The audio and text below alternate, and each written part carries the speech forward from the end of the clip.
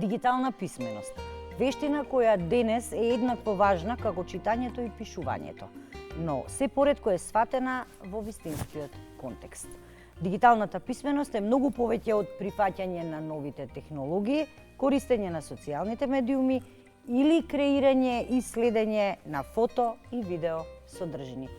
За тоа колку сме дигитално писмени или неписмени, ќе зборуваме во следните минути со нашиот гостин Бојан Кордалов, експерт за нови медиуми и комуниколог. Добар ден и добре дојдовте. Добар ден и благодарам многу за поканата.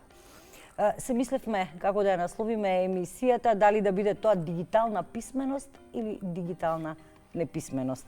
Но, со оглед на тоа што најдовна податоци од Евростат, а тоа се најновите статистики, 53,9% од населението во Европската Унија поседува барем основни дигитални вештини, што и не е одлично, ако се знае дека речиси 90% од луѓето во Европската Унија користат интернет барем еднаш неделно. И тука доаѓате до дигитална неписменост. Значи, разликата 90 минус 54, тоа ви е дигиталната неписменост. Не сме далеку од европскиот просек. Да, не сме далеку од европскиот просек, ниту во користењето на интернет, нити во користењето на интернет за практични работи. И ако можам да додадам, само би кажал дека денеска дигиталната писменост е всушност писменост.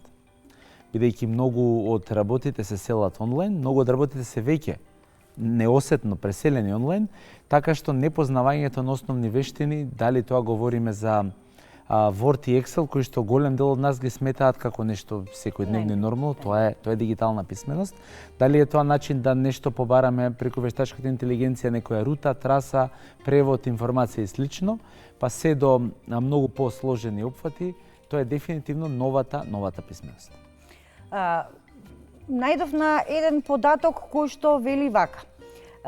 Една од пострашните работи што изби на виделина од состојбата на ширењето на коронавирусот е елементарната дигитална неписменост на обичниот народ.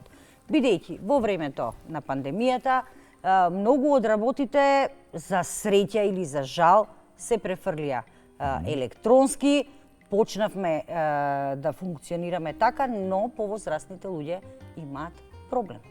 Апсолутно, и тоа мора да се земе предвид, бидејќи дигитализацијата значи дека никој не сме да биде исклучен. И тука независно дали е повозрастна личност, дали е личност во некаков социјален ризик, која што можеби нема пристап до интернет или до технологии, едноставно нема оправдување за да воведеме новина, да ја масовно ставиме на услуга, а да при тоа не се погрижиме секој да има пристап до неси. И ќе ви кажем еден податок кој што во многу држави, меѓу кои што и Данска, Шведска и на други места каде што сум бил во студиски посети или на состаноци со институции и градови, односно општини кои што спровеле многу одамна дигитализација, главната работа која што ја посочуваат како научена лекција која би се вратиле 15, 20 или повеќе од 20 години назад е дека многу повеќе би воделе грижа за возрастните луѓе и за луѓето во ризик да не останат на страна. И токму затоа ја секогаш застапувам дека дигитализацијата е опција плюс, можност плюс. Вие не можете на луѓето да им кажете дека мора да користат дигитални уреди за да искористат одредена јавна услуга за која што плаќаат и преку буџетот и директно, туку напротив треба да кажете дека како држава или како институција сте дозволиле, овозможиле повеќе дигитални услуги, меѓутоа за оние кои што сакаат да ги ползуваат. Само на тој начин може да има мирна и добра транзиција или премин, без при тоа да настане страф, кој што може да биде нереален, но може би да биде и реален, бидејќи ако не се чувствуваат луѓето сигурни на интернет, не можеме со сила да ги тераме да ги вршат секојдневните работи.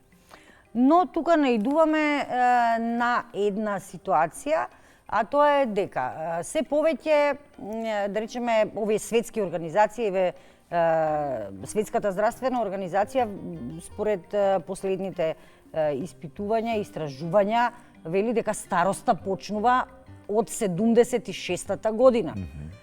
Значи дека луѓето до 76 години не спаѓаат во возрастната група стари луѓе. Така е. Зборуваме за еден премин. Значи за 20 или за 30 години таа возраст ќе биде дигитална возраст. Меѓутоа денеска возраста 70-80 години е возраст која што поголем дел од животот го поминала живејќи, функционирајќи и работејќи без дигитални технологии. И станува збор сепак за нешто на кое што треба поддршка во процесите и треба да се земе предвид. Повторно ќе кажам, не е успешна дигитализација вие ако например возможите да се вади документ за една секунда, за 10 секунди. Так. Но ако дел од граѓаните не можат да го извадат. Успешна дигитализација или дигитална трансформација, ако вие возможите за 10, 20, 50, колку проценти да сакаат да го вадат документот онлайн, меѓутоа и за сите останати кои што сакаат во хартија, тоа да биде во брза постапка.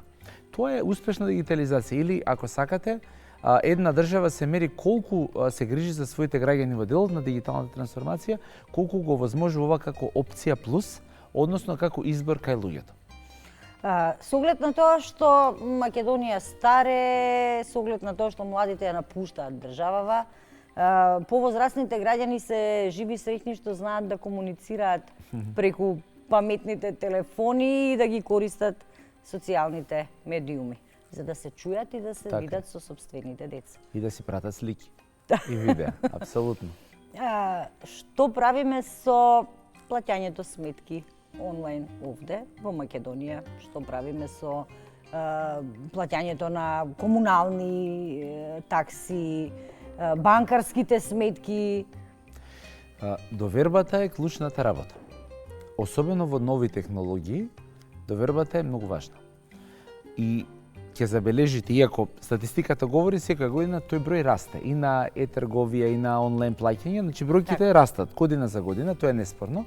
Меѓутоа довербата е клучна. Вие се уште ќе видите на шалтерите каде што се плаќаат сметки како особено повозрасни луѓе стојат и сакаат на сметката да го добијат својот печат или сакаат да добијат испечатена потврда и тоа е разбирливо. Имаат штедни книжки.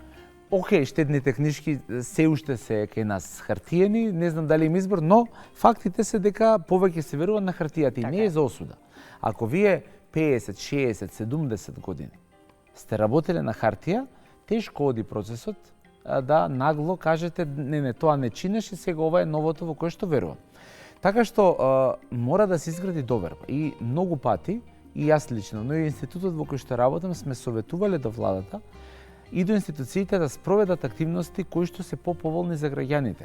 Поевтин начин за да извадат документ онлайн во рок од 1 година или 2 години, за да извршат плаќање, поголем поврат на средства преку пример мои дедеви и слично, за да можат да се охрабрат, да почувствуваат и видат какви бенефити и ефекти им дава и доколку се одлучат, потоа со леснотија да ги користат дигиталните услуги.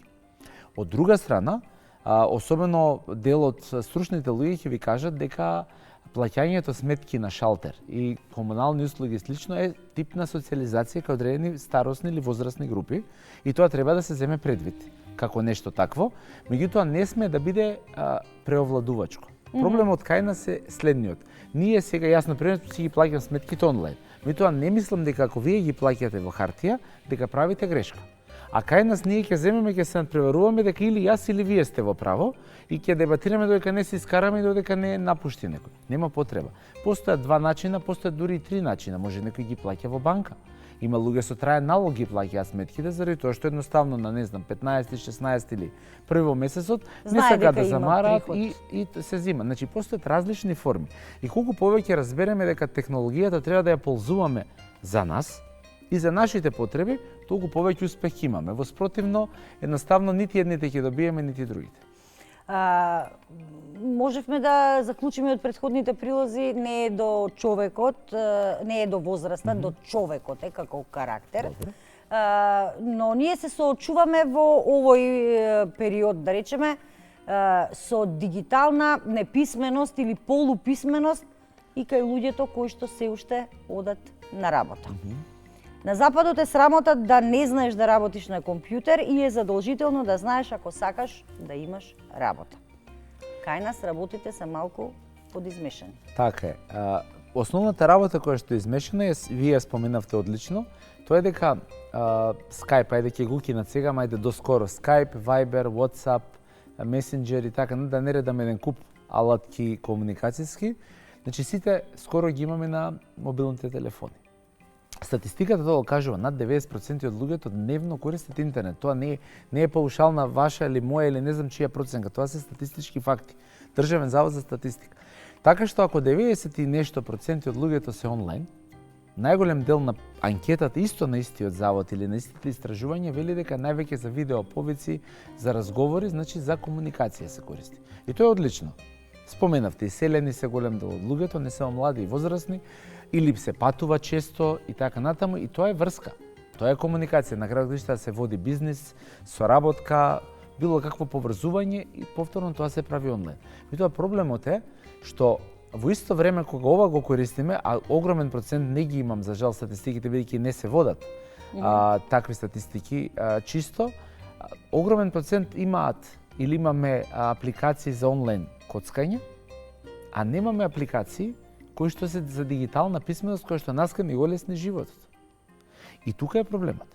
Значи, нас таму каде што ни одговара, јас имаме дигитализацијата и викам ова е топ. Имаме паметен телефон, имаме платформа за комуникација, имаме нешто да ставиме некоја пара и така, или да земеме кредит, ама кога доаѓа да симнеме апликација за наши деца, за наши внуци, кога доаѓа да извадиме некоја апликација која што ќе ни олесни да платиме сметки или едноставно ќе ни го олесни животот, тогаш велиме не ќе ми го земе работното место, не ќе ме остави без работа, ќе ми направи, значи едноставно тоа е нефер пристап кон себе, не е кон дигитализацијата. Значи ние се скратуваме можности. Ќе кажем уште една работа во овој контекст, вештачката интелигенција, или ChatGPT, Perplexity, да не ги редаме еден куп алатки кои што се користат. Табу тема е и кај нас, и во огромен дел од целните групи на светот да се каже дека се користат. Наместо да се каже дека тоа е фантастично нешто, ако се користи етички и правилно. Така, и тоа дава ефект, тоа е значи како да имаме асистенти, 2-3 околу себе, кои што работат заедно со нас и кои што ја завршуваат тешката, амалската работа во наводници, ја завршуваат, наместо ние да се наведнуваме и да ги тргаме овие софи, тие секоја сабајле го местат, замислете, креветот, го местат това, а нас не следува да работиме и да постигнеме некои други работи во својата работа. На тој начин мора да ги поставиме работи за да имаме ќар секој од нас. Во спротивно терањето не инает и неползувањето од технологијата нас не се одразува. Нашите блиски луѓе, ако ги едуцираме дека технологијата е лоша, нема да ги имаат тие плати. Знаете, стигна скоро 2000 евра по Завод за статистика просечна плата во IT индустрија и сродни дејности. Просечна плата официјално. Знаете, ако ние ја имаме го имаме тој податок и на децата и внуците им викаме не, хартија си е хартија, друго е да кажеме јас верувам во тоа или јас имав убаво искуство со хартија или јас уживам да читам книга. Јас уживам да читам книга во хартија, не ја читам на таблет. Меѓутоа сметките не мора да бидат и не мора да се троши хартија. Така. Кога спомнавте онлайн коцкањето, и тука пак ќе се надобрзам на она, не е до возраста, до човекот е. Она што сакаме да го правиме, ќе го научиме. Така е. Во овој случај не само што можат им е подостапно во секое време, туку и срамот од тоа влезе во коцкарница или влезе во кладилница е избегнат, особено за луѓето што живеат во помалите места. И зависноста веројатно, тоа психолозите повеќе ќе објаснат, но и зависноста постојано е тука да се некој начин скроти. Најдов на еден податок на една конференција во 2017 година, кога Виена требало да биде најдигитализираниот град во Европа. Незиниот градоначалник Михаел Хојп вели технологијата и дигитализацијата нудат многу можности за градот и за жителите од сите старосни групи. Мора да се бориме против дигиталната неписменост, а битен елемент дигитализацијата не смее да биде проект само за елитата. Така. Тоа е во 2017 година. Дигиталното образование е битен елемент за опстанок на пазарот на трудот. И ако во Виена било тоа во 2017 година, сега веќе е дојдено и кај нас.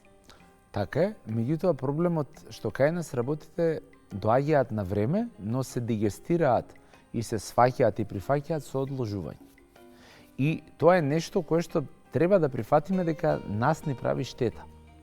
Че ние се бориме некогаш со ветерници, се бориме против некои таму, против некои што не присилуваат, не сваќајќи дека нас никој не присилува да бидеме дигитално писмени. Полесен ќе не биде животот ако бидеме дигитално писмени. Нас никој не присилува да користиме интернет освен за забава и за работа и за учење. Полесно ќе ни оди работата и учењето, повеќе ќе бидеме продуктивни. Нас никој не присилува да користиме вештачка интелигенција правилно и етички. Туку ќе постигнеме повеќе ако го правиме тоа. И тоа е за секој од нас. А ние прво губиме години, некогаш и децении да се во наводници степаме и докажуваме дали е тоа добро или лошо. Дали е традиционалното она што е вредност или не. Ма светот оди напред. Значи, знаете како, не можете да го држите најновиот паметен телефон, дали купен на ново или на старо, и да бидете пресреќни, а во исто време да викате не, тоа таму ме следат и ме шпионираат во технологија. Не можете така. Мислам, заради себе не можете. Тоа е проблемот. Значи, не станува збор овдека дека некому правиме штета. Ние мислиме дека понекогаш се бориме со нешто. Значи, се бориме со себе. Ако ја прифатиме технологијата, ќе одиме напред. Значи, како што денеска машините за перење постојат со децении и не се пере на рака, бидејќи потешко, бидејќи зима повеќе време, бидејќи не може да се постигне ефектот. Како што, не знам, билја на платно белеше на Охридско езеро не се случува, а тоа било, така и технологијата напредува. И тоа е природен процес. Тоа не е нешто кое што е сменето. Како што, не знам, се користат машини во производство, или дури веќе денеска и разни роботи и автоматизација која што постои. Значи, ако видиме низ светот, автоматизација е движењето на метроата, движењето на сите тие возни елементи. Значи, едноставно, мора да разбереме дека станува збор за нас. Сега, или ќе го прифатиме тоа и ќе ја користиме технологијата за наша потреба, ние ќе бидеме господарите на технологијата, или ќе го пикаме главата, ќе ја пикаме во песок, и потоа веќе кога ќе мораме да извадиме, бидејќи нема каде, мора да се земе воздух, веќе ние ќе ја прифатиме технологијата како нужно зло и таа ќе не господари нас. Се сеќавам за социјалните медиуми пред 15 години, ние 10 години се докажувавме индиректно и директно дали ќе ги заменат медиумите, дали ќе ги заменат наставниците, дали јас од самиот старт кој имав истиот став, го имаме денеска дека никој нема да замени никого. Напротив, ако се искористи, само ќе имаат повеќе користи медиуми и наставници сите. И после 10 години престанавме со тоа и свативме, меѓутоа веќе социјалните медиуми се нешто старо. Денеска е вештачката интелигенција. Дали ќе се појавуваат deepfake видеа кои што можат да прават имитации, дали ќе се појавуваат злоупотреби, во кој обем, дали ќе се регулира. Тоа се веќе новите теми. Сега ние на тоа воспиеме, сега викаме чекај сега дали ако воведеме дигитални услуги ќе ни ја земе работата. Едноставно каскаме назад, повторно ќе кажам за жал на сопствена штета. Имавме можност да слушнеме во текот на емисијава Општина Карпош бесплатни обуки за правилно користење на дигиталните технологии. Во Велес, општината, заедно со полицијата и Сдруженијето на пензионери, тоа се акции што се за поздравување. Апсолутно. Веројатно треба да се размисли и во поголемиот дел од градовите на оние кои што се заинтересирани да им се овозможи такво нешто, едукација на оваа тема. Не, знаете како, институциите денеска треба да разберат дека нивната улога е сменета од пред 20, 30, 50 години. Мора да се создаваат обуки, активности, проекти кои што самите институции ќе ги иницираат и ќе работат во интерес на граѓаните. Вие, например, ако се завртите околу себе, има еден куп млади родители кои што не знаат како да се справат, со право не знаат, бидејќи ново е, со масовниот наплив на дигитализација или сайбербулинг и слично кај нивните деца во основното образование. И секој родител се справува на начин на кој што знае и уме. И секоја чест за тоа. Секојаш кажам, тоа е огромна пофалба и огромна почит. Тоа е голема улога на денешните родители. И сега, институциите и на локално и на централно ниво мора да разберат дека тука треба да бидат партнери, треба да го водат процесот, да најдат платформи, да најдат можности, да најдат обуки. Значи мора да бидат пред времето. Градоначалникот на Виена не му требал, тогашниот, не му требало ковид, за да види 15-20 години нанапред. Не ни треба ни нас, барем денеска со интернетот повторно и дигитализацијата е достапно, па дури може да го прашаме ChatGPT-еве, кои ќе бидат професии за 10 години. Јас на обуки кога држам во дел на професионална ориентација и презентацијски вештини, со студентите кои што се најчесто на факултети го прашувам кои се за 5 години во таа сфера, кои се за 10. Многу лесно може да се открие и види тоа каде треба да се фокусираме. И би додал, беше даден прилог на општина Карпош, и имав чест уште во 2009 година во општина Карпош да бидеме повикани да држиме обуки за социјални медиуми, тогаш на граѓански организации. Така што тоа е за поздравување, гледам дека и сега го држи тој примат и сака да биде една од првите општини и заслужува. Меѓутоа, потребна е национална стратегија за сето ова и потребно е навистина да се вложува многу од страна на институциите. Тие се платени со парите на граѓаните и тие мора, и компаниите тие мора да гледаат напред.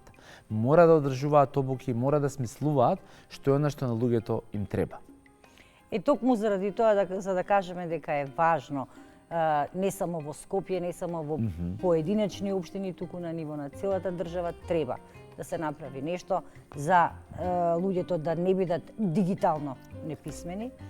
Ја имаме и денешната тема и денешниот разговор. Што е многу продуктивно. Медиумите кај нас и вашата емисија денеска и генерално, значи се игра навистина многу позитивна улога. Тој јас што институциите не можат да го пополнат, напротив само го прошируваат со непостапување во интерес на граѓаните и потребите на еднината, го пополнуваат многу често медиумите. Најчесто. Значи информациите и така треба да биде, меѓутоа идеалното општество или идеалното функционирање значи дека институциите ќе се приклучат на тој процес и тие ќе бидат овде. И тие ќе соработуваат со медиумите да презентираат што работат, како прават, да повикаат повеќе луѓе да се вклучат, да дадат активности и така натаму. Кај нас денес некако се сведе на гол пиар. Веќе со 15 на 20 години откако практично со појавата на социјалните медиуми и дигитализацијата, наместо да се разбере дека тоа дава ефект да биде поквалитетна промоцијата, што значи вклученост на луѓето, бидејќи дигитализацијата ви дава шанса не само да информирате што сте направили, туку ви дава шанса да граѓаните бидат вклучени во процесите на одлучување и креирање. Сега кај нас, како да се мултиплицира ефектот да се кажува што се направило и да се прават слики и се што е еден дел од пиарот, меѓутоа се пропушти оној главниот елемент дека другата страна треба да се вклучи, тоа се луѓето, тоа се компаниите, тоа се организациите и секако медиумите. И мислам дека ваквите начини на зборување се единственото отрезнување кое што ги повратува малце назад политичарите, институциите и дава ветер во грб да се преструктурираат и нешто да променат. За жал споро, бидејќи времето оди пребрзо, но се надевам дека ќе се постигне некаков успех многу повеќе. Бојан, ви благодарам за денешното гостување. Се надевам дека барем мал дел од темава начнавме, иако може да се зборува уште многу. Ќе имаме можност да се видиме во некоја следна прилика, сигурно. Со задоволство ви благодарам многу. Ви благодарам уште еднаш.